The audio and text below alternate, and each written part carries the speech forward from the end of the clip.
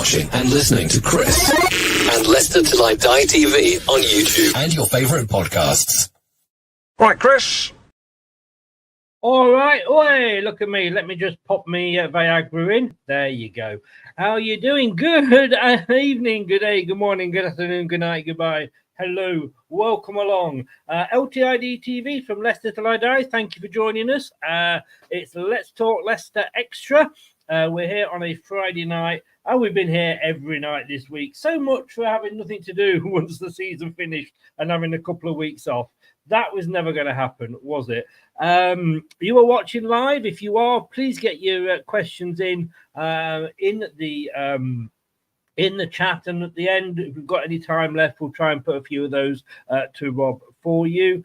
If you are watching on catch up, add any comments in the description below, and we'll always read them to see what people think. And if you're listening on your favorite podcast platform, whatever that may be, thank you very much for that. Comes to you courtesy of TalkSport Fan Network. We're on all the major platforms, allegedly. Look, you cannot have turned your television on. You cannot have turned your radio on, gone onto Twitter, whatever. This is the most recognizable face in Leicester at the moment, apart from, bless him, to his good lady who has forgotten what he looks like. But let's welcome him in. He is, of course, good friend of the channel, Mr. Rob Tanner. Rob, good afternoon. Oh, good afternoon, good evening. Yeah, good evening. Good evening, Chris. How are you? I am very well. I've got to say hello, and hello to your good lady, who apparently you were telling me is slowly getting drunk downstairs watching Coronation Street. Yeah, she will be. It's been, we've tried to have a little break at the end of the season, because this normally, between the last game of the season and then to like the start of June, it's normally the period where it's the quietest, because transfers don't normally kick in. Managers and staff go away on holiday and have a breather. But then, of course, I went away on Thursday morning. I got a message from someone saying Enzo's on the shortlist for Chelsea's job.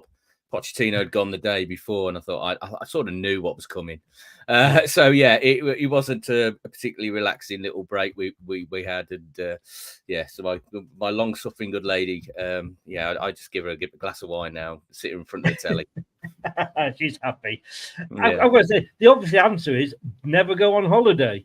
That's what yeah. it is. But, Blimey, following Leicester though, you'd be fried. You'd reduce your lifespan if you didn't try and have some sort of break. Because I said something to somebody at the club about every time I go away on holiday, something happens, and they said, "Well, that's because there's always something happening at Leicester City. Yeah. It doesn't matter when you go away; there'll always be something going on." And it's quite true. It's been remarkable. It is. I mean, there's the old says that the following Leicester City is a roller coaster ride. And it certainly absolutely is. Boom or bust. It's always been boom or bust. Yes, the highs and the lows. There's no mediocrity about Leicester City at all.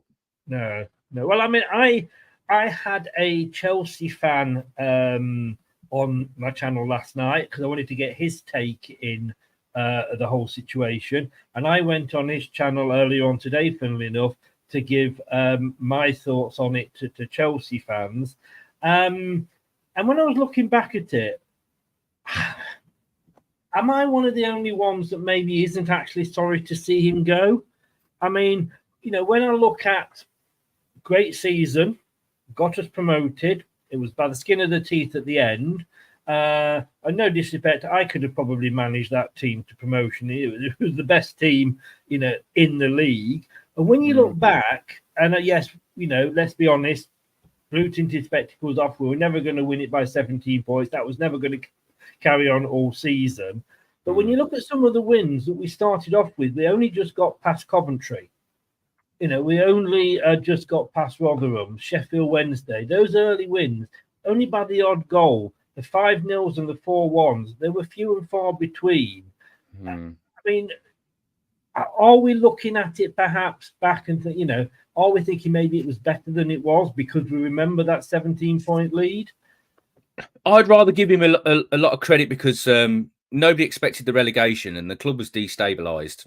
There was a lot of disenchanted players, a lot of players leaving. That could have gone the other way as well. And there was a massive weight of expectation to come up. I know people go, but they had the best budget in the division. Yeah, but that doesn't guarantee anything. It helps you. It gives you an opportunity, it gives you an advantage. so to speak. But if you make the wrong decisions, then yeah, it can go the other way. You know, you find yourself in financial peril, which is not at Leicester because Top's got the club's back, you know, and he's still a billionaire. You know, the problem never, as we've discussed on this in the past, Chris, the problem has never been a lack of money. The problem has always been being able to spend that money and still be within the rules.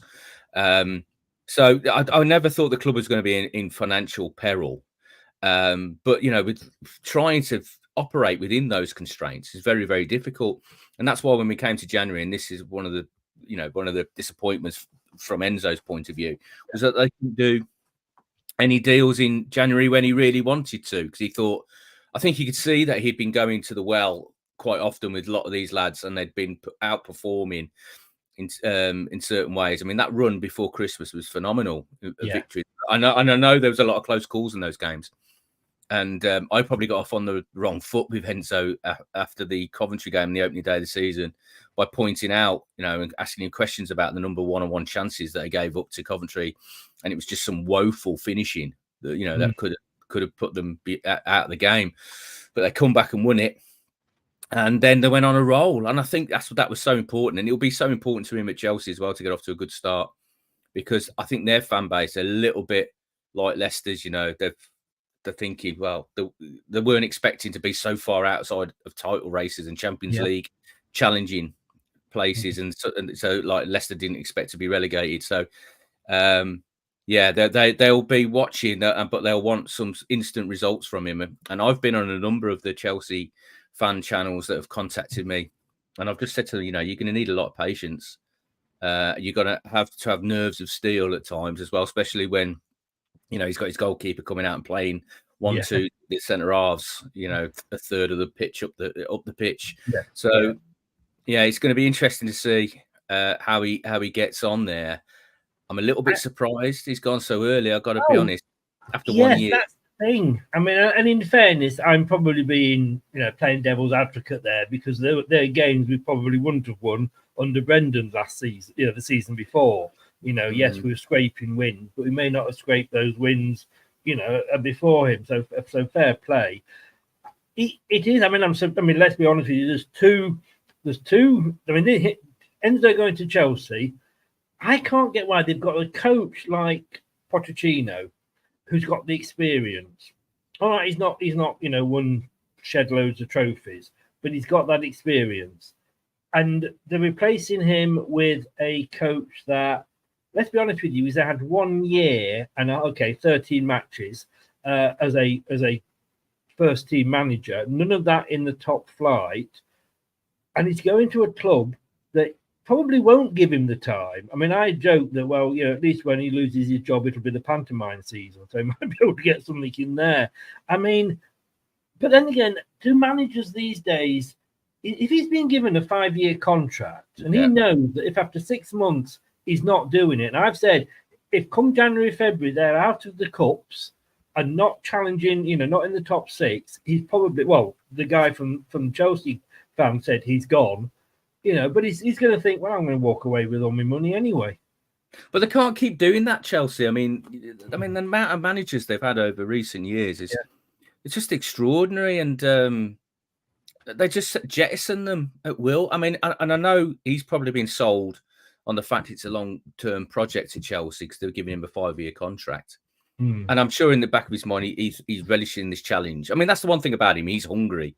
He's energetic. He's you know, he's up for the challenges that face him. And that's why he came to Leicester. I think that's why he impressed Top, and that's why he's impressed the Chelsea hierarchy as well in their interview, because they can sense that he's like, yeah, I'm up for this. Whereas sometimes when you get older managers come in and they're a little bit tired and fatigued, it can be a little bit, well, they look like that. They look a bit tired and fatigued. And Pochettino, you just got the impression that he wasn't like as enthusiastic as Enzo was. So, I think he's just won them over in that sense. But he might think it's a long-term project. But if the Chelsea fans turn, you can see the Chelsea board making another decision, which I just think is just short-sighted. You've just got to, if you're going to get somebody like Enzo in, you've got to back him. And I've been on, as I said, I've been on a few Chelsea websites where fans have gone on about people behind the scenes making decisions for the manager, bringing in players that he might not want, and they thought that Enzo coming in was just an opportunity to get a yes man in. He is not a yes man. No. I've got to know him over the last year, and he will challenge, and he did challenge people internally at the club. He will challenge them. He's not hanging about. He'll go in and he'll be ruthless with some people if he feels they're not on message, if they're not backing his idea. And that's not just players, but people around the club as well. He won't. He'll go in full throttle. I actually think they won't know what's hit them when he first goes in, because he'll be. If they think he's going to be a complicit manager, he'll be a whirlwind when he goes in, like he was when he came into Leicester. This is what I said to the Chelsea guy. Bowley and his two directors. I think somebody on TalkSport was referring to them as Coco the Clown and Chico or something. Mm-hmm. But they want a coach. They don't want a manager. But Enzo, he basically turned around and said, he like you said, he wanted more say at Leicester. So why is he taking that job, do you think, knowing that he's going to go to a job where he's not going to get the say? Because it's Chelsea, because it's a team that are obviously spending millions, billions. They're on a higher stage than Leicester. I don't think the issues at Leicester were a factor. I just think it was, I think he was still up for the season at Leicester initially, but when Chelsea came knocking so early in his career, an opportunity, and we've seen he's ambitious. Yeah, I think it was just an opportunity he thought he couldn't turn down at this stage, and it was a chance for him to prove. Because if he goes into Chelsea and does a great job, wow! And all those names haven't that have come before; they've all struggled. If he goes in and does a great job, then brilliant, for him and his CV and his career. And I've said this, and I agree 100% with you. It's like when Potter went to Brighton, from Brighton to Chelsea. Whether he was ready or not is another matter. He had to take that job, because if he then stays at Brighton and they fall through the floor, then he's not going to get offered that chance again. So you have to grab it's like any walk of life, any job, isn't it? You've got to take these things when you're on the up, if you like. Well, personally, when I joined the Athletic from the Leicester Mercury, I had a particularly, I wouldn't say safe job, but reasonably comfortable job. It's when he come on, and it's the same thing. And the difference between Potter and Enzo is, though, Potter had several years as a manager, and he left them when Brighton were in the Champions League places. Whereas Enzo has just led them to promotion to the Premier League and won the Championship title. So he's coming on the back of great success, but at a lower level. So he's incredibly unproven at their level. So it is. But then again, I thought it was a risk when Leicester appointed him. I thought this is a risk. They just come down, relegation. There's a lot of work to do on the squad. He's got this idea that we've heard about, the way of playing, that he's got to bring into players that probably might not be suited to it. Hell of a lot of work. But he put the work in, living down the training ground and doing, basically working 24/7 to get everybody right, get the players right, trying to assess who's on board, who isn't on board, how quickly he got rid of people, how quickly he got rid of coaching staff as well. Brought all his own coaching staff in, who've all now gone to Chelsea as well. Although it's not been confirmed yet officially, it's pretty much done. Yeah. So, it's going to happen. So it was just, I think he's just a very driven man. And I don't think he thinks of longevity. I don't think he thinks, he's better to burn out than fade away. So I think he's willing to burn out pretty quickly as a manager, because he puts so much into it. And he really does. I mean, whatever you think about him, I talking to people, he works very, very, very hard. All the players as well. You can see the players have total respect for him and totally bought into what he wanted. And look, he resurrected the career of 2 or 3 players at the club. He's very self-driven. He knows what he wants, but he's also very stubborn as well, isn't he? And we're used to stubborn managers at Leicester. Pearson, Rodgers, to name but 2. again, though, is that going to work for him at a big club like Chelsea? And like I say, I know he couldn't turn it down. I get that. It's very much reminds me of the Kanté situation. It's almost like, right, the first time somebody comes knocking, they're gone. It's that's what leaves a bad taste in my mouth, if I'm honest with you. Yeah, and it didn't work out too badly for Kanté because he went and won another title, didn't he? And had success until he had all his injury problems. Yeah. I can understand how I think people at the club are a little bit disappointed too. But I think Chelsea saw in him what he's done with young players in his career, and they've got the youngest squad in the Premier League. And given it, I'm convinced that in time Pochettino would have done something with those young players as well. Yeah. I think he would have done. Whether they would have gone on to have the success that they expected, I don't know. But we certainly saw evidence in the second half of the season how good they could potentially be. But I think they saw Enzo as being a coach that will develop these kids even quicker and give them a purpose and direction, because that's what he does. There's no ambiguity about his message. This is my way of playing. This is what you need to do. I mean, it's literally mapped out for them. In video analysis sessions, on the training ground. This is where you got to be at this moment. When this happens, you do this. And kids absorb that. Younger players absorb that. Older players are more cynical. It's harder to coach them because they go, I ain't doing that. So the younger players, although Jamie Vardy is a classic example of somebody who did embrace that eventually. I think he might have been a little bit, what are we doing all this? Why is he asking me to drop 20 yards back and link play? I've never done that in my career.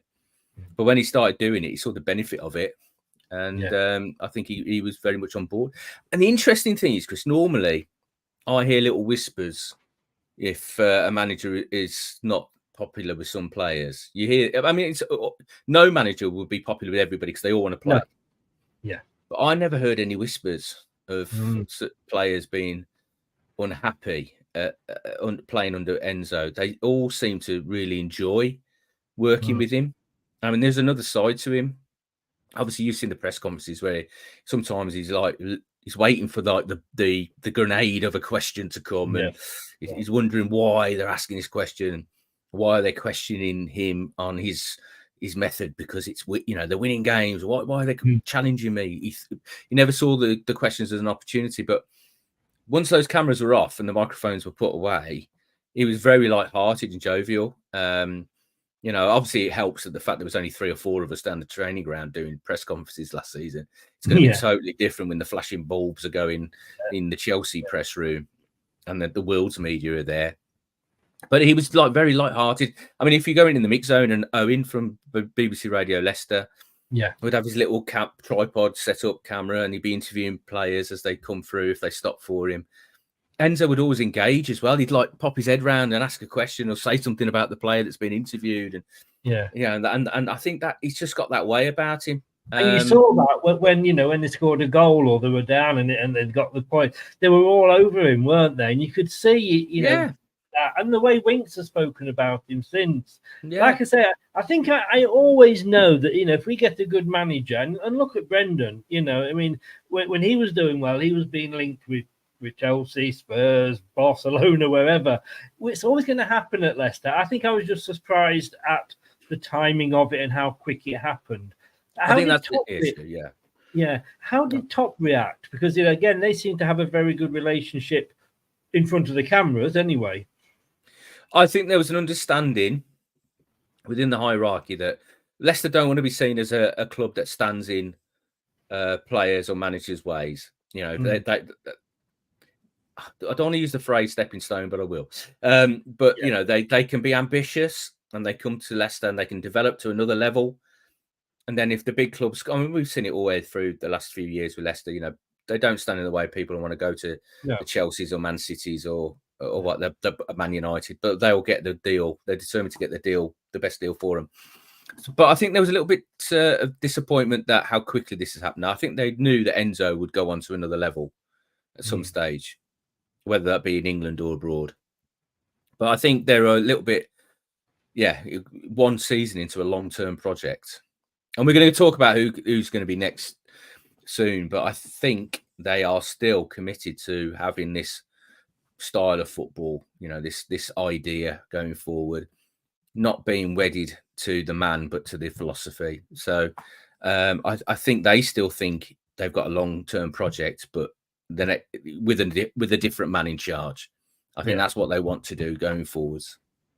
And that's the thing, isn't it? I mean, he'd come in, and it was such a, like you say, a new broom, if you like, and we were all excited. We didn't. It wasn't until afterwards that we began to think, like, oh, hang on, what's experience he's got? We were all doing he's touch Pep. Therefore, he 6 days 6 days early, he was holding up the championship, but he changed the Champions League, sorry, but he changed the whole philosophy. It was the same structure all the way through the club. The way that the first team played was the way that the kids played. You had that all the way through, and I always feel like a little bit like it's almost lost because another manager comes in, and this is why I'm not always keen on sacking managers all the time, because it's literally like whatever's happened over the past season, is it going to just be torn up and put in the bin and we start again?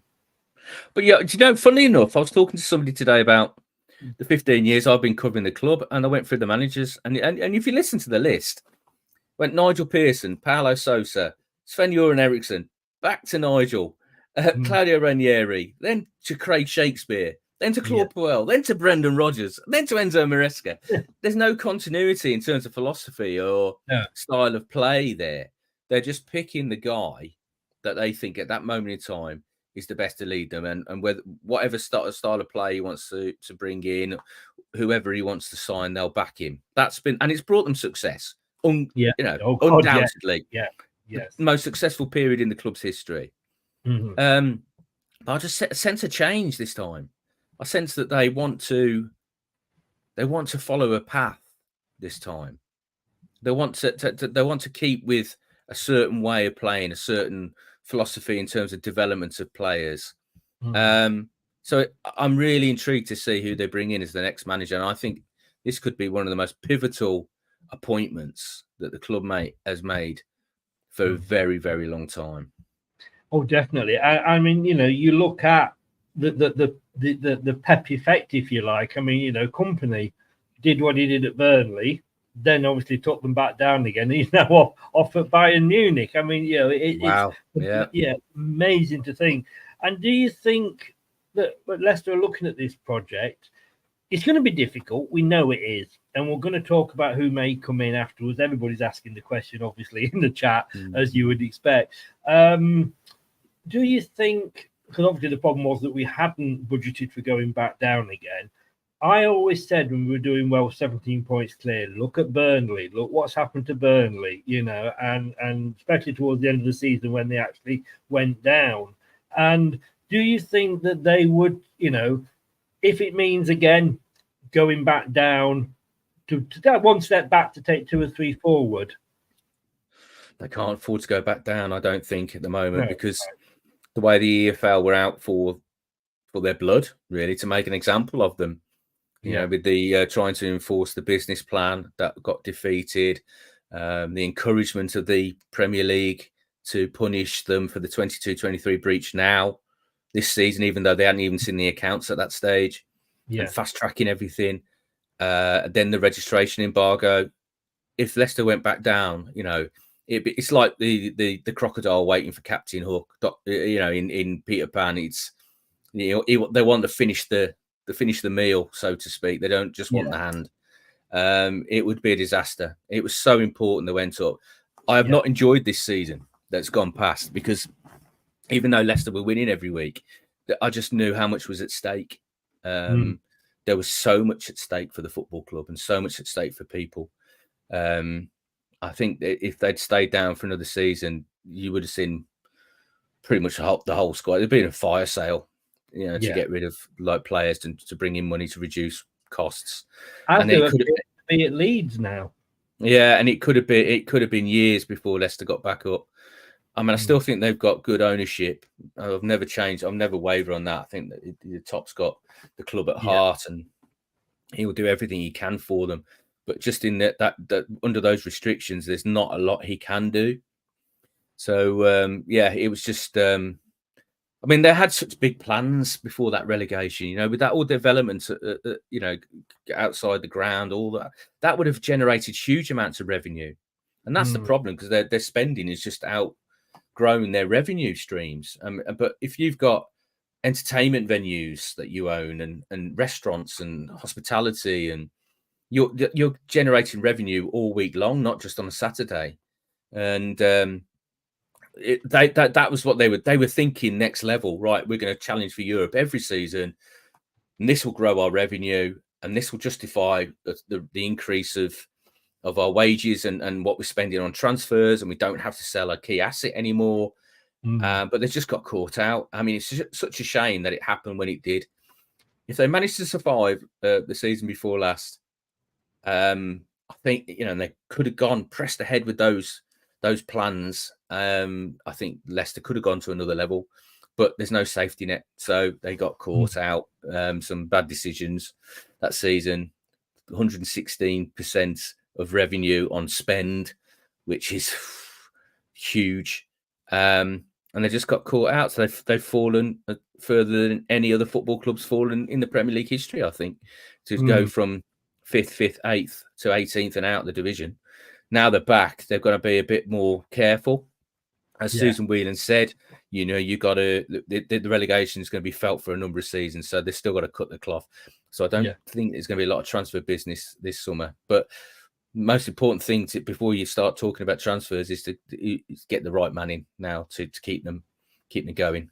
Indeed. Well, talking about the right man, and as you can guess, everybody's been asking about this. Just to run through them all. John makes a very good question. We'll come back to all of these at the end. Hi, can Leicester afford to pay managers buyout clause? Obviously talking about Carlos Corber there. Yeah. When Nate says, when is Rob going to announce Mbappe signing for Leicester? Andreas says, hey Rob, who would be your choice for a new manager? Paul says, who's going to be the new manager? There's a lot of questions asking about the new manager. I did a show the other day when I went through all the possibilities. And I want to throw a couple at you first of all, because obviously we've been linked with every man and his dog at the moment. And you will be, yeah. Yeah. A couple that really sort of appealed to me, outside of the obvious ones like Carlos Corberon.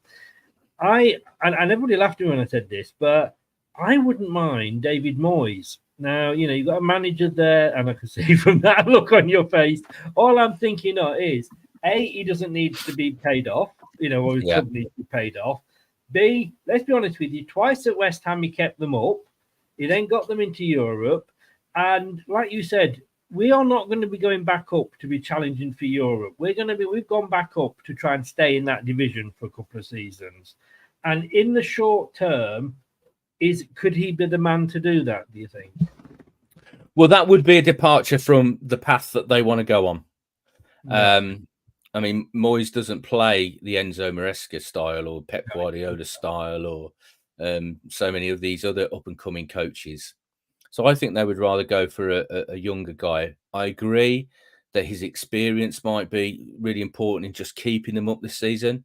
If they decided to go for David Moyes on a personal level, I can remember going to Preston when he was Preston manager and Nigel was Leicester manager, and Nigel was particularly prickly with me in the post-match press conference, and all the Preston writers were coming around to me saying, is he always like that? And I said, yeah, he can be. And they said, oh, don't worry, David Moyes is far worse. He could stop a press conference in one answer. So I don't think I'd get much out of him. Whereas Enzo was a bit more, you know, jovial and approachable and friendly. I'd be surprised if it was Moyes, to be honest. I think they will be looking at somebody that is of a similar ilk in terms of style of play. It might not be exactly Enzo's way. It might not exactly be the inside fullback. You know, it will be. But I think they want somebody who wants to play progressive possession football, more modern style. But Moyes would, I'd be surprised. But I think he would. I wouldn't argue if he was the appointment. I wouldn't say this is a I think disaster that's at the thing. all. I'm not. Whilst I wouldn't cry if he was appointed. A, I don't think he will be, and B, I mean, perhaps he is of that Nigel Pearson ilk, and perhaps he is that sort of character that they might need in a relegation battle. Because certainly West Ham fans aren't sorry to see him go, so maybe we should. We're talking about Enzo, and perhaps some Leicester fans aren't too sad to see him go, which surprised me really. That then just lead us to the obvious one that everybody's talking about. He is the favourite. And look, it could be somebody completely left field. Look at Ranieri. Look at, Enzo himself. Neither of those are on anybody's radar. But Carlos Corberan, I suppose similar style. But have we got the money? And I know we're going to get 10 million or whatever, 10 million euros, whatever that works out to, compensation for Enzo. But can we afford to pay compensation? Because he only just signed another contract, hasn't he? At West Brom? This is very complex. Yeah. Obviously, the 8 to 10 million. I don't know the exact figure, but it's in that region. 8 to 10 million compensation, not just for Enzo, but for all his staff as well. Yeah, that will help Leicester meet the PSR because. As you know, they've moved their accounting year back to the end of June. And they did that the previous year so they could get the James Maddison deal in to help them try and avoid a breach. Unfortunately, they didn't. But it might lessen the impact of that breach in terms of points deductions for when they got back in the Premier League. The Harvey Barnes deal is still in this window, but they need to likely to make some sort of sacrifice before the end of June so they can avoid a second breach for this season, because obviously we know the EFL, their PSI level is 13 million, not 35 million. And I know the EFL were very unhappy that Leicester came down and spent £10 million on Harry Winks and £7 million on Connor Cody and all the other expenditure, even though they'd lost loads of players and sold Madison Barnes and Castagna. So I don't know how close they are at the moment. The Maresca money will help, but if they can avoid paying, a compensation to another club to bring the next manager in, it would be helpful. But the most important thing is just get the right man in. And if they convinced that he is the right man, I understand talks are ongoing at the moment in terms of who they might go for. They haven't approached anybody. They won't do because Enzo's not even been confirmed as leaving yet. What's the delay in Enzo? Because it's literally been a done deal for 5-6 days now. Yeah, it's just legal stuff, really. I mean, sometimes these things drag on just whilst people are reading the fine print. I mean, then we saw that with the Sensei deal that collapsed in January. Yeah, that's basically because some of the paperwork was getting longer and longer and longer, and the time was getting shorter and shorter. And I think there was a risk of having an Adrian Silva situation, and obviously there was the situation with his ankle as well. They tried to write a clause in to the deal that if his ankle blew, the deal could be off, and they'd save some money rather than being stuck with a high earning player that can't play in a crucial part of the season. So. And there's lots of little complications there, but barring something remarkable, it's done. It's a done deal. Enzo's going to be the next Chelsea manager. Yeah. So this end of the thing is going to be financially advantageous if we go for somebody who isn't at the club already. The next three then after Carlos, and again, I can't see Graham Potter coming. I really, really can't. They've liked him for such a long time, and every time there's an opportunity to try and get him in, it's not the right time for him. Yeah, you think sooner or later, they're either going to draw a line under that, or they're going to wait for that gold moment when it happens. But my worry is he's been out of the game for a bit now. Yeah, and he's not really shown much of an appetite to come in, so he's obviously waiting for a huge job. And he might look at Leicester in this situation and think, well, they're going to come up with possible points deduction, a reduced budget. Certainly, they're not going to be spending a lot of money without selling in the summer transfer window, they're going to face a struggle to survive, and I could end up in the Championship with them. But I'd rather not have that sort of manager if he's looking at it and thinking that and he's fearful of it. I'd rather have a manager that, like Enzo last year, went, right, I'm up for that. I want to come in and get on with this. I don't mind if what comes, I'm not scared of it. We'll go for it. I'd rather have a manager like that. So if Potter's thinking like that, I don't know. But if Potter's thinking like that, then probably best he don't come. Yeah, and how many times does somebody turn you? It's like, if you ask a girl out, how many times does she say no to you before you get the message? Sometimes you got to move on, Chris. Yes, yeah. I mean, I'm in my 60s now. I've got to stop waiting for that same girl. My other choice, and it was almost as popular as my first one, but he is second in the betting, and that's Steve Cooper. Yeah, there are admirers of Steve at the club for the job he did at Forest. I don't know if there's admirers amongst the Leicester fans because of the job he did at Forest, but people have said that, and this was one of the things when I was talking to Ankit, the Chelsea fan, earlier. They couldn't take to Pochettino because of the Battle of the Bridge. That was never forgiven. The fact that it was another London club anyway, they just couldn't get past that. And I'm thinking, well, all right, I understand that, but you've got Wes Morgan, who came from Forest, who we embraced as one of our own almost, and so if I don't care if Steve Cooper comes in and keeps us up, or Mark Robbins comes in and keeps us up, I don't care who he's managed before if he does that job. Yeah, absolutely, I totally agree.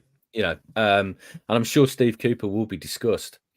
And again, it's whether they'll reach out to his representatives at some stage and try to ascertain whether he's interested in the project. I actually think he did a good job at Forest.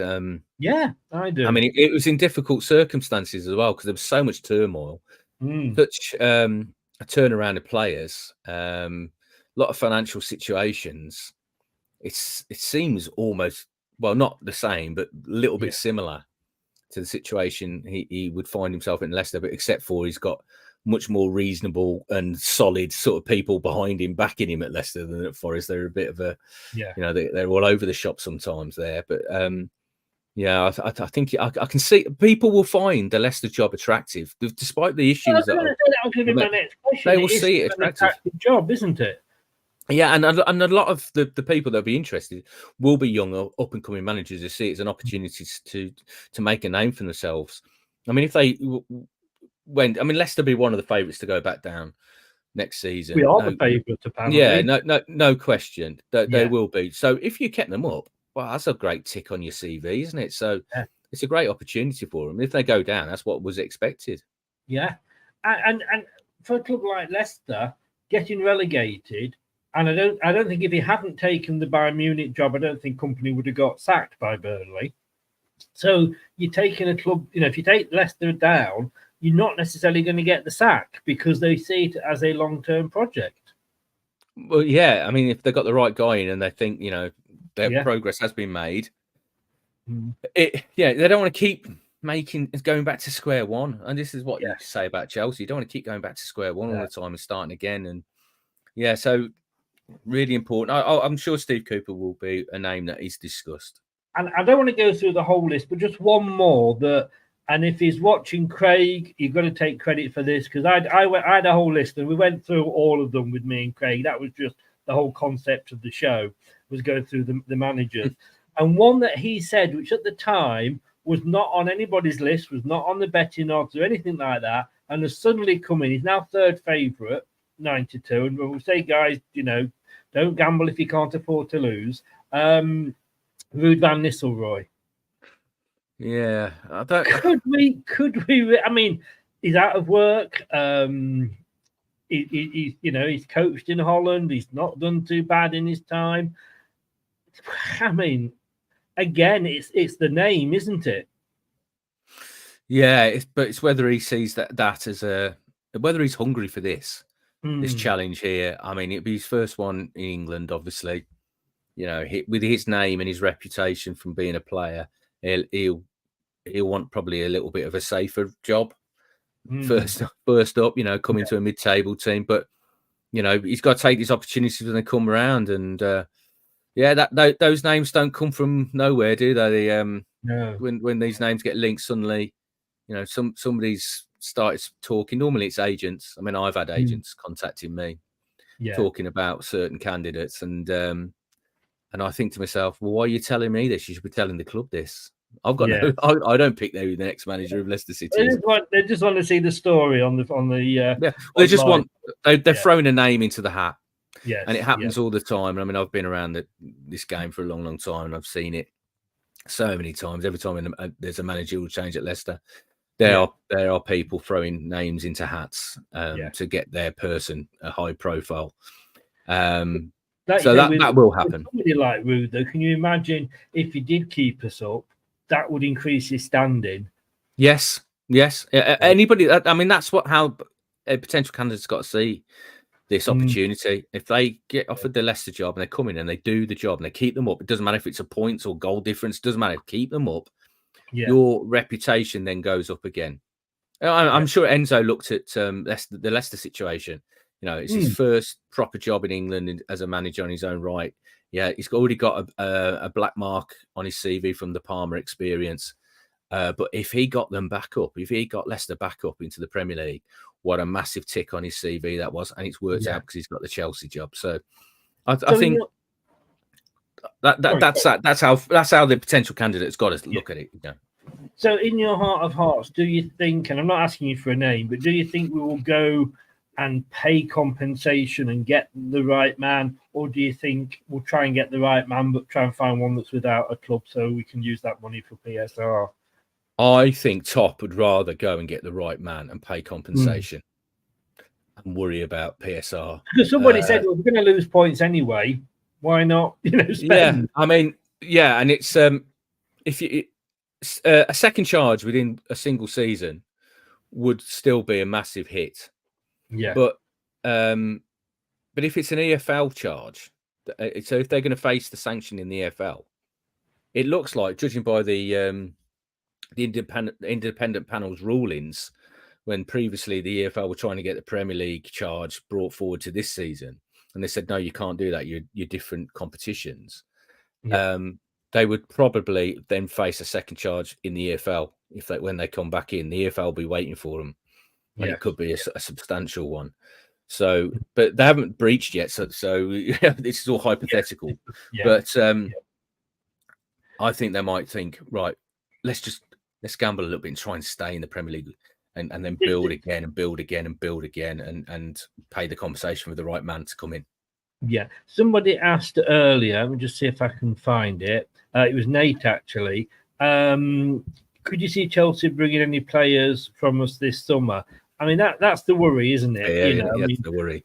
The one for me is Winks, because he's done nothing but blow him kisses in this past week.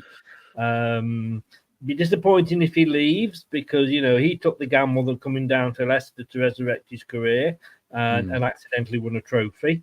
But obviously, it's not really Chelsea, as I said to Ankit earlier, the Chelsea fan. It's more like Leicester B down there at the moment, isn't it?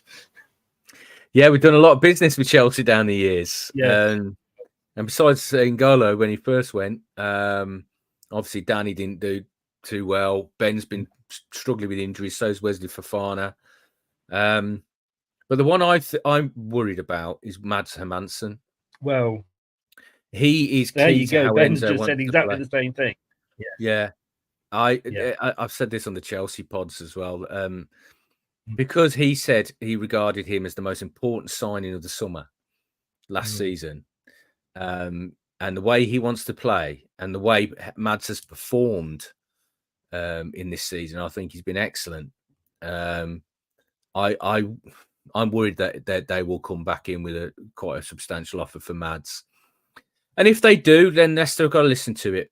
They've got Jacob Slarcic, who they really rate highly, coming through. I think time's up for Danny Ward. Whether Danny Iverson can play. I was going to say, we've still got Danny Iverson, haven't we? who again himself had only just signed a new contract last season. So, I mean, if Hermansen, and he looks the most likely, if he was to go, could that mean that Dewsbury Hall could stay? Yeah, I don't think they particularly want to sell Dewsbury Hall, and Dewsbury Hall doesn't particularly want to go.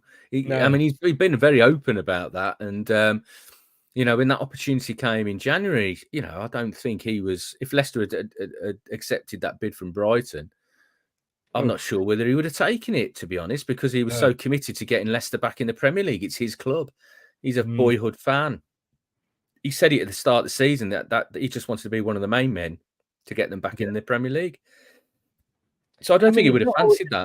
That whether he wants to go, it might be a case of, look, we've got to sell you because of this PSR. And that happens. I mean, Matt Piper's famously said it many times about the move to Sunderland. He packed his stuff up in a black bin bag and was crying as he left Beaver Drive because he didn't want to go.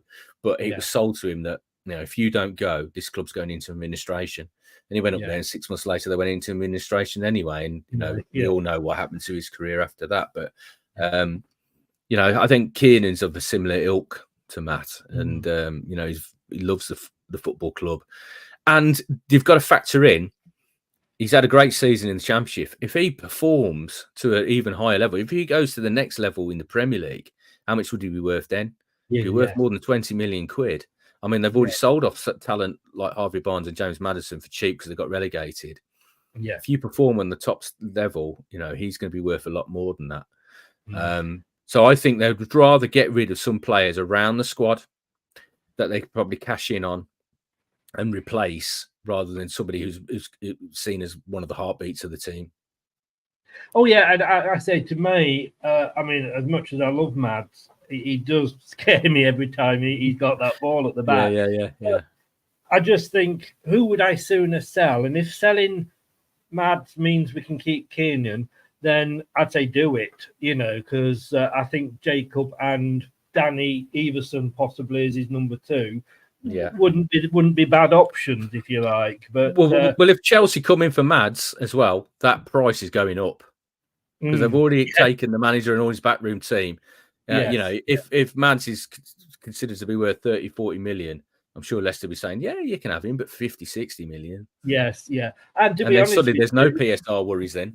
No. And the thing is as well, is like, we know you've got the money, Chelsea. You're not sure of a bob or two. Everybody knows they've got the money. I mean, they've been throwing it around. Look, how they've managed to avoid it. Well, the Chelsea fan was very open about that, and he did say, like, we sometimes exhale thinking, how are we getting away with this? But not only then the problem of who may go with him, and we know that it's players that we were looking to possibly keep. So I don't think Jamie Vardy, if he's going to sign, he's going to sign, I think, whoever's the manager. But you've got the likes of Ndidi, Vestergaard, those players that were committed. And how many players, was it 6 players that were going to leave that said they were going to stop because of Enzo, may now decide, no, actually, no, we will go now because we don't know what's going to happen here. Yeah, I mean, of the 6 that are out of contract, Kelechi, Mark Brighton, Dennis Pratt, we know they're leaving. Yeah. It'll be officially announced when they publish their release list. Vardy and Vestergaard, I'm expecting them to stay. They've had contract offers. Then it's Wilfred Ndidi. Now, here's the conundrum with Wilfred. Maresca loved him playing as a high 8. Will the next manager want him to play in that similar style? And Ndidi seemed to be leaving last summer. Then Maresca won him over, and he was happy to stay and play in the Championship. And he got transformed into this attacking high 8. But he's not a cheap option. He might be cheap in terms of a transfer fee because he's still, a Leicester player. Just it's a new contract. But although there's always a signing on fee when they sign a new contract. But he's not cheap in terms of wages because he's had big contracts. He was one of the ones that had big contracts when the Premier League and they were trying to show ambition to keep their best players and stop them leaving every summer. So to re-sign him, he'll be looking for similar money. So there's the conundrum for them. They've got to think about yes, he's a good player. Under Maresca, they might have done it. Probably more likely to have done it than under the new manager. But until the new manager comes in and he meets him, and we know who that guy is and how he's going to play, it's very hard to call Wilf. But obviously, you can't hang around as well because he's got to look after himself. He's a free agent soon. Yes. Yeah. I mean, do you think Vestergaard will stay now? I mean, he saw what happened when a manager didn't like him under Rodgers. Yes, he was transformed under Enzo, but we know Enzo's not going to take him to Chelsea. I don't think. But well, Yannick's another one that had a decent contract. He took a pay cut when they got relegated, but I'm sure he'll be expecting the same level of money he was on before. But that is another sort of big question mark. We saw under Brendan, it didn't suit his attributes as a player. We saw under Enzo that absolutely did suit his attributes as a player. Obviously, we all know he needs cover. Yes, he needs pace around him, otherwise he can get exposed. And the game at Chelsea, where probably attracted the Chelsea hierarchy to Enzo, because Leicester, I thought, put in a good performance that day, and obviously coming back from 2-0 down, 2-2. Yeah. But there were moments where Enzo was isolated, and there was a bit of pace running at him, and it felt like a little bit the season before. But we saw when Leicester dominated possession in other games, what a brilliant passer of the football he is. From the back, it's like zeroed in.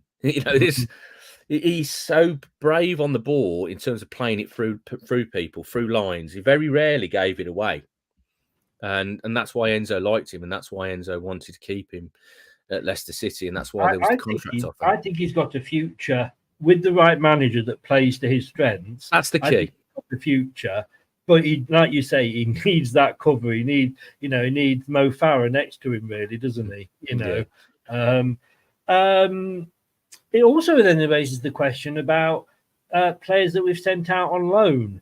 Christensen again, and because Anki was asking me, and I could see his face dropping when I was saying that the way that Enzo liked to play, because they've got some, decent fullbacks that he's probably not going to make. If those fullbacks don't want to adapt, they're out the door. But you've got Thomas, whose time may have passed. Unfortunately for him. But you got Christensen, who I still think is a damn good player, and Samare, who I don't think really showed us what he could be capable of. Yeah, Samare was an interesting one because I thought that Enzo might have another look at him this summer. Obviously, he left because he didn't want to play in the Championship, right? Yeah. So, I mean, that tells you a little bit about his attitude, for me anyway, straight away, that he wasn't up for this challenge of getting the club back up. But he was a high earner, and it was an opportunity to get him out to Seville. And he's performed very well there. And I thought, if Enzo was still around, going back into the Premier League, that deep sitting ball playing midfielder, he might have an opportunity to be an understudy again to another understudy, another option to Harry. Yeah. But now I think I'm getting to the stage where I think they just need to cut the losses. But the problem is, he's contracted to 2026 and he is on decent money. And I think we don't realise sometimes or understand how big contracts are in the Premier League, how much players earn compared to the other big 5 leagues in Europe. Seville, for all their history and everything they've won, they might not be able to afford him. It's very hard to, when you offer these contracts, it's very hard to move players on. And I know John Rudkin gets a lot of stick for not selling players. But if other teams can't afford their wages and they don't want to move because they're not going to get that contract anywhere. I mean, ultimately, footballers are freelancers. It's their futures they're playing with. It's very rare you get players that are totally and utterly committed to the cause rather than themselves. I mean, they might feel part of the cause, but they want to be handsomely rewarded for that. So it's I think time might be up on Buba, depending on who the new manager is. I mean, he'll want to assess all his options. Yeah. I mean, he is under contract. That if you sell him, you got to replace him. But yeah, he's going to be an interesting one. Victor Christiansen, if he has a really good Euros, you could sell him. Yeah. Do you think though, Chris, with Samare, it's a bit like a Vestergaard situation that it was bought in, and then we didn't use him to his strengths? Yeah, but unlike Yannick, he was used. Yeah. We saw him as an 8. We saw him as deep. We saw him as a second pivot. There was moments when he did look impressive. There's other moments when he just looked like he wasn't interested.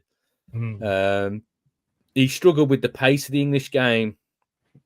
You can't switch off in the Premier League. No.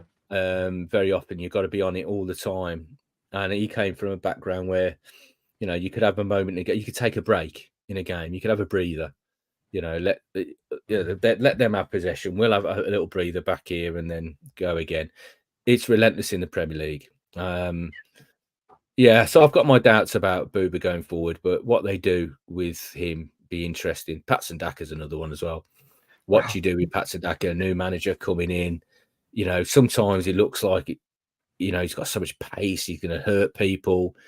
There has been interest from the other Premier League teams in the past, but it hasn't quite come off. But do you stick with him, or do you try and bring in another striker now? We know Vardy's going to stay. Tom Cannon's the future. If they can give him more time, Kelechi's going to go. You need 3 strikers at least. Do you think Daka, though, with his troubles that he had last season, I said, and I was a great defender of Daka, not because I think that he's, the new Cristiano Ronaldo or anything like that, but I just think he took unfair stick. That, like when Jamie had a bad game against Bristol City, he didn't get the stick that Daka would get when he had a bad game against Plymouth. Yeah. What made it worse for Patson was he did have that good run. Where he was played more minutes than any of the other strikers consecutively, and he was scoring goals. And then when he came back in, and Enzo had this philosophy that if a player was struggling, keep picking him, showing him confidence, and he'll come back. But he kept missing some really good chances then, and you could see him like draining. His confidence was just gone. And then ultimately had to take him out for the rest of the season. So it all depends what his mindset's like when he comes back. I think Patson is very much a confidence player. Got potential, but sooner or later you've got to, realise that potential, or you've reached your level. I wonder whether Patson can do it in the Premier League. Do you think there's any chance? Because I love Christensen, and I suppose it's a case of who comes in and what sort of formation and style they're going to play. But do you think? I mean, is it Christensen that they want to buy him? Is it Bologna? He's at yeah. But they want to buy him, but they're trying to renegotiate the price that we were talking about. Again, Serie A teams haven't got the same money as Premier League teams. Yeah. The money in the Premier League is by there's only like Real Madrid, Barcelona, even Barcelona probably not now, but Real Madrid that really can compete with the top Premier League sides in terms of now Saudi Arabia's come along. Well, that's changed it completely. But the Premier League offer the best contracts to players, the biggest money, except for Real Madrid. There's no. And there is a correlation there because, Real Madrid in another Champions League final tomorrow night. And so I hope we can keep him in some way. Whether he's actually would want to stay now, of course, is another matter. But he may look at it that, well, hang on, my beef was with Enzo, and Enzo's no longer there. Fresh start. It's a fresh start for everybody. Exactly. I was going to ask you about somebody then, and it's gone. But you're talking about wages, and Vardy was the most highly paid player last season in the Championship, and Winks was number 2. Apparently, I don't know how true that is, but it just shows you, like you say there, a club like Leicester's paying more than some of the top teams in Germany, Italy, and France. Well, yeah, I mean the Championship is like the 6th division of Europe. In terms of finance, in terms of the audience, in terms of the TV revenue, it is up there with the Bundesliga, Serie A, and the rest of them. The power of English football at the moment, certainly at the moment, has been has been for a while now been quite extraordinary. I mean, the interest in it, and I think it's because of the style of football in there, and the atmospheres in the grounds, and the fact that the second tier of English football gets. I mean, you look at Turkey and Greece and the crowds; they get certain big games there, but hardly anybody turns out for the other games. But no. But in the Championship, you get packed houses. I mean, Leeds in there. I mean, that was the best atmosphere of the season for me. Away at Leeds last season. We did. Again, the gentleman, I've got one of my co-hosts. He goes to every. He's a season ticket holder, but he goes to every away game.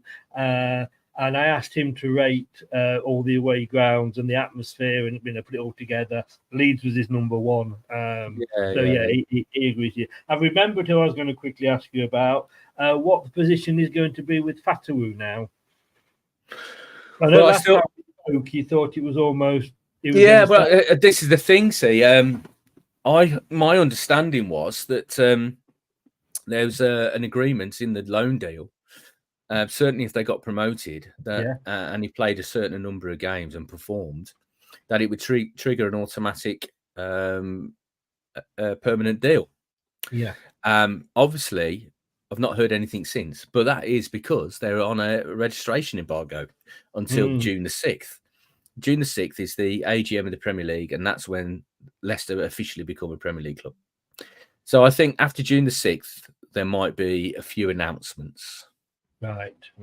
I was going to ask you about the registration embargo as well. You've answered 2 in 1 there. Yeah. I think it goes on from June the 6th when they officially welcomed into the Premier League by the rest of the Premier League, along with the Ipswich and Southampton. I think then that embargo is lifted. June the 14th is when the transfer window opens. And I suppose if I'm honest as a Leicester fan, I would love it all to be sorted by then so that the new manager can start the transfer window. Otherwise, the problem is we could get left behind. So many clubs have been linked with having a fire sale. Everton, Leeds, there's probably bargains to be had. And I know you can't say whether we would get anybody in by then, but it would be good, wouldn't it? Oh, I think they'll really be working towards that. Yeah, absolutely. I think they would like to have somebody in place before the Euros start. I mean, there's a lot of work to be done, a lot of planning to be done. I mean, the pre-season planning was set up, by Enzo.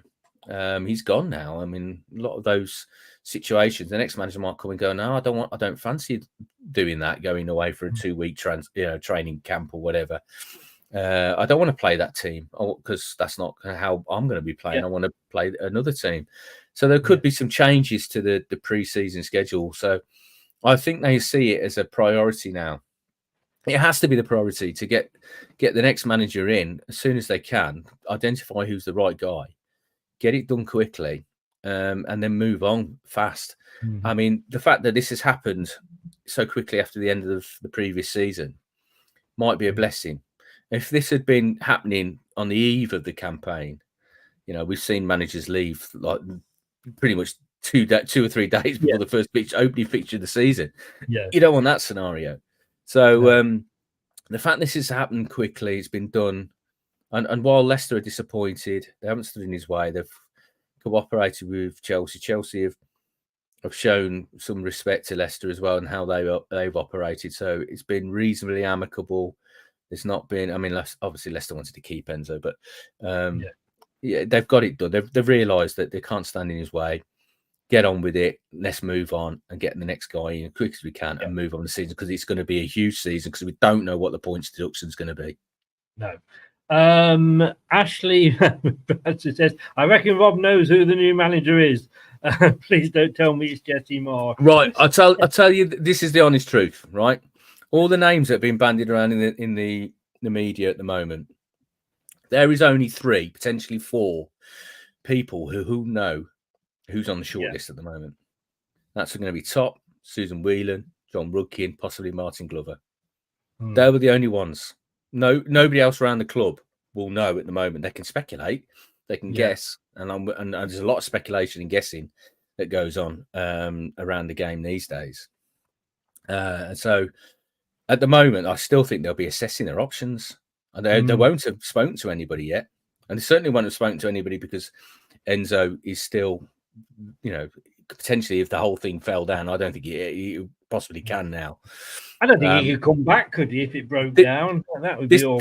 This weekend will be a big weekend in terms of there'll be meetings. There'll be lots of meetings and a lot of chats now because they know the importance of getting the next guy in quickly. I've got to say, Ashley, I'm going to put you on the naughty step. Could it be Rafa? How? Do not go there at all. You're going to be officially banned from the station. Yeah. No. Yeah. I mean, Mourinho's and Warnock's and Rafa's and no. I don't think. Nobody's mentioned Pardew yet, but then let's move on. Very last question here. I just need to find it, but it is one I just want to end on, which is a good question. Has there been any news on the stadium expansion and the hotel complex that was in progress before we were relegated? I take it that's really not one of the priorities at the moment. But it's still very much on the agenda. They're still pushing ahead with that. You can invest in your infrastructure without threatening PSR. Right. So, but the problem was all the planning, and we saw all the plans pre-COVID, and then when COVID happened, the cost of everything went up. I mean, we've seen it with H2. I saw it in my garden. I was trying to put a fence up before COVID, get some new fencing put in. I got a quote, and after everything was lifted, and I said, "Right, we can come back and finish it now." And I can't honour that quote now because the cost of materials just got rocketed.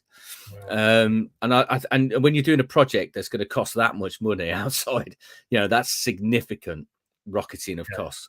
So they had to go, right, perhaps this isn't the right time to do this now. They've got all the planning permission, they've got the land, but I think it's just doing it at the right time, because if you do it too early when the financial situation is like that, it's going to cost you probably twice as much as you budgeted for. And for all the money that Top's got, they're not billionaires by wasting money. No. So, but also the relegation situation. Yeah. You've got to make sure that you're back in the Premier League and stabilised before you press ahead with a project like that. So, but it's still very much on the cards. Good. Rob, I'm very much concerned that your wife is probably on her second bottle of wine by now. No, because I get her glasses, so she's only had one. Yeah, you sure that's it? You've hidden the bottle itself. Yeah. But look, as always, I really do appreciate you coming on and being so honest and running up, and hopefully maybe get you back on once we know who it's going to be. And absolutely. I mean, hopefully that won't be too long. Perhaps a couple of weeks, 2-3 weeks, then we might know who. Obviously, it's taken 8 days really for Enzo. I know he's not been unveiled yet, but that's how quickly it can move. Yes, yeah. And everybody here, if you're watching, look, it's going across the bottom there, and I've put there the best. I mean, it is the best. I subscribe to it. You can read all the bump you want. No disrespect to the Mercury and Leicestershire Live, but it is very much copy and paste these days. But Fabrizio and Rob, they're the two that if they say it, they're pretty much they know what they're talking about. This is adding up, by the way, on the cost here, Rob. The links John Percy as well. John Percy's brilliant at breaking news at the Telegraph. He is at the Telegraph.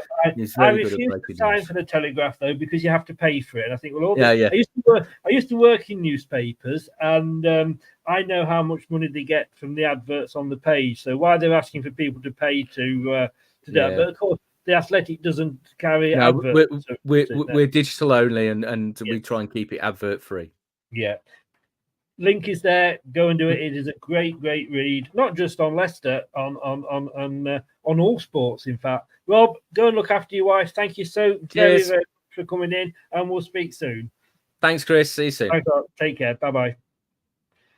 Thanks to Rob there. Like I said, please do go and subscribe. The details are going across the bottom of the screen.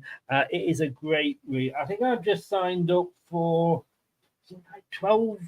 I mean, there's different offers on all the time. £12 for a year. I mean, it was absolutely ridiculous. And like I say, not just Leicester. Rob writes a lot for Leicester while he's been away. Other people have been writing, the Chelsea correspondent, etc. Just generally on football. And if you like other sports, they don't just cover football; they do cover other sports. So please go and subscribe. And it is really. If you don't subscribe to anything else, John Percy, great, like you said on the Telegraph. But it's whether you want to pay for that. Fabrizio is free, but if you want actual stories, an in-depth analysis, it's fantastic. Anyway, that's my PR job done for the Athletic. Thanks very much, guys. We're going to be back on, what day is it today? Friday. Unless anything happens tomorrow, and as Matthew says there, you do a great job, Rob. Rob's gone now, but I'll pass that on to him. Enjoying reading your stuff. Thanks, mate. Nate says one of my favorite guests yet, and another great show. And Matthew says, great interview, Chris. Thank you very much. Look, I know with Rob, he's not going to come on and give us any BS. You know, if he knows something, he says what he is allowed to say, obviously without affecting his position at the Athletic. One time he did actually give me a bit of a duff lead, but it didn't cost me anything. I didn't go put any money on it. So there we go. But no, he's as up to date with his information as anybody can be. We're going to be at Sunday night at 7. Like I say, if anything happens tomorrow, obviously we'll come on and do a show on it. But I'm guessing it's just a case of crossing the T's and dotting the I's at the moment. At 7 o'clock, we're going to be here. We're going to have a group chat. And if you wonder what a group chat is, you're going to have 3 groups. You're going to, a channel chat. Let's call it a channel chat, shall we? You've got ourselves, you've got Ant's Leicester fan channel, and you've got Jack from the Final Whistle. We'll all be 3 and we'll all be talking Leicester. Looking forward to that. 7 o'clock on Sunday. It's only the BGT final. Forget about it. And but thanks so much to everybody that's been watching. Thank you for everybody for adding your questions. I hope we got through most of them. There was a lot of obviously duplicated questions, so I hope I got through most of them for you. Thanks to Rob. I know he's gone, but thanks to Rob for coming on as well. And if you're new to the channel, please subscribe. If you like the show, smash the likes.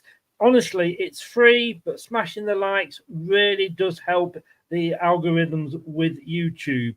If people aren't subscribed and don't follow us on YouTube, it puts them on. It puts us on their homepage. Anything on social media, Facebook, X. If you like your facts on this day, that's our new Instagram way we do things on Instagram. We put up all the on the days in Leicester's history. Give or take, we missed 1 or 2 days. And then all the clips and all the outtakes and everything that goes wrong, that's on TikTok. LTID TV, that's all you need to search on any of those platforms. Thank you if you've also been listening on Spotify, on Apple, on Amazon, on Google, or I think that's going soon anyway, with the podcast. I will see you 7 o'clock Sunday with Ant and Jack. Take care. Thanks a lot, everybody. All the best. Have a good weekend. Take care. Thanks for watching. These videos are tremendous. You better like them too, or I'll be back. This podcast is proud to be part of the TalkSport Fan Network. TalkSport. Powered by fans. That will conclude this evening's entertainment.